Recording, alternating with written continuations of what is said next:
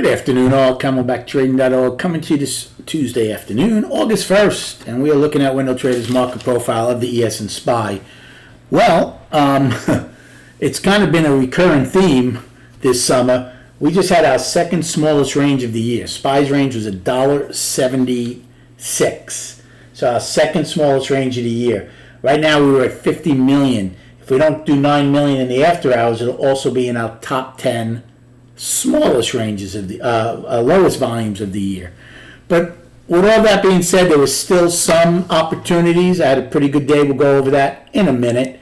Let's go over the other ones. Righty takes out both sides of the IB, and then, believe it or not, with an afternoon pullback. I never would have expected that with the lower value and being below the opening, but F holds as a pullback as they go out with a probe. NQ goes out with a P shape, a nice afternoon pullback in G, and a 10 wide point of control. It took a mighty effort, but they finally got that perfect POC in L period, I think it was. That's one trade I regret not taking. I had offers in there a bunch of times throughout the day thinking we would get it. Never did, and then when it did happen in K period, I didn't pull the trigger, or K or L, and I should have. But that's okay. As far as ES and SPY go, we end with a 10 wide point of control at F's high, and we took out just the IB low and the overnight low. It looked for a little while like we might attempt to take out both sides of the IB, but they just didn't have it in them. Today is, interestingly enough, today's high is the high of the month, but last week was the high of the week. Isn't that interesting? As far as my trading, my first trade, now I missed almost the first hour of trading as I was at a doctor's appointment. I got involved in C period initially on a short in ES, thinking we would stay below the opening to 144. I ended up taking it off a 1 point loss.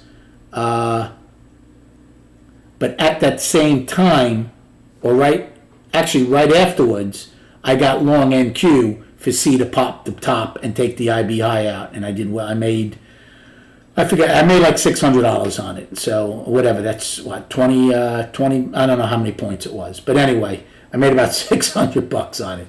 With that, I'm in and out. I don't even know how many points I'm getting. And then after that, my best trade in ES on the day was in F period. We were talking in the room. I said, look, we haven't gotten our IB high or low yet. We're spending the majority of the time below the opening and half back. I said, I think the odds of getting the IB low are much better than the IB high. So I took a short in F, and I actually held it. Very proud of myself, and made 10 points on it. So made 10 points on the short in F. In H period, I took a short thinking it might be the afternoon rally high. Made 3 points on it. And I also made a couple points in J period.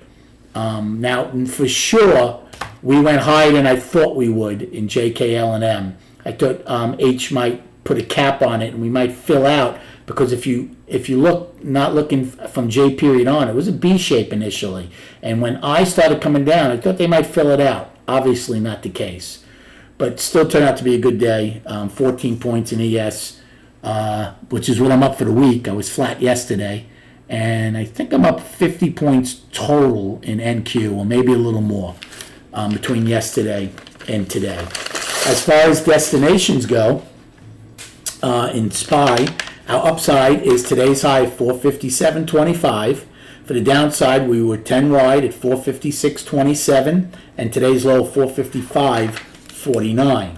Now, another thing that didn't happen today, sellers had a chance. There were two lows. SPY is 455.06 and ES was 88.75. That if they had taken out, then they would have had an opportunity. The next destination was last week's low, and they couldn't even take out those two daily lows to start that. So that was interesting. In ES, our 10 wide is 99, and today's low is 91. And on the upside, we have today's high of 09.25. We're firmly in balance. So let's go to these charts. So here's the monthly, right? First day of the month. The month's very healthy. as we're one time framing up. Now, ES did get March's high from last year. We did not in SPY. Until something changes, I'm still saying that's a decent target that we can get. What will change my mind on that? Well, if we take out a weekly low and come into balance, then we might put a hold on that. But until we do that, I think we have a good chance of getting it. So we'll see if that's going to happen. The weekly is still healthy for us, as you can see. So the monthly and weekly are very healthy. The daily is firmly balanced. Again, how do you want to look at this balance? Do you want to say it's only a 3-day balance? I don't have a problem with that. However, I think Thursday's range is going to be the big factor. Now, if we take out Friday's low, then yeah, we could say we're coming out of balance to go test Thursday's low. But again, these ranges have been so small. It's only a $4 move to there. It looks a lot bigger because our range has been so small. So I think for the bigger picture and not to get you biased that if we take out, say, Friday's low, the market's no good, I would look for, now again, I'm not even using Thursdays. I'm using this day because Thursday never got to the 20th low. It's very close to it. So I'm encompassing this whole thing. And the reason for that is, like I just said, if we take out these 3 daily lows tomorrow, some people might consider it now down and get all excited that the market's no good. I don't look at it that way. You might get a $4 move, and I'm not saying I wouldn't be short on this move down, but I think the bigger picture to look at is either Thursday's low or the 20th low. That's what sellers need to get acceptance below. Not these 3 days.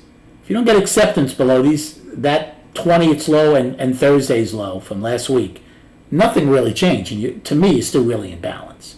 So I think that's a better way to look at it to keep you in context and perspective. The same as if we take out yesterday's high. I wouldn't call the daily up. I'm not calling the daily up unless we get it above the Thursday's high. So again, that's I'm trying to explain how I look at it to keep us grounded when the market does finally get a move. So hope that helps. Anyway, I hope you had a good day trading. Thanks for the likes and subscribing to this YouTube channel. Enjoy your evening, and we'll speak prior to the opening tomorrow.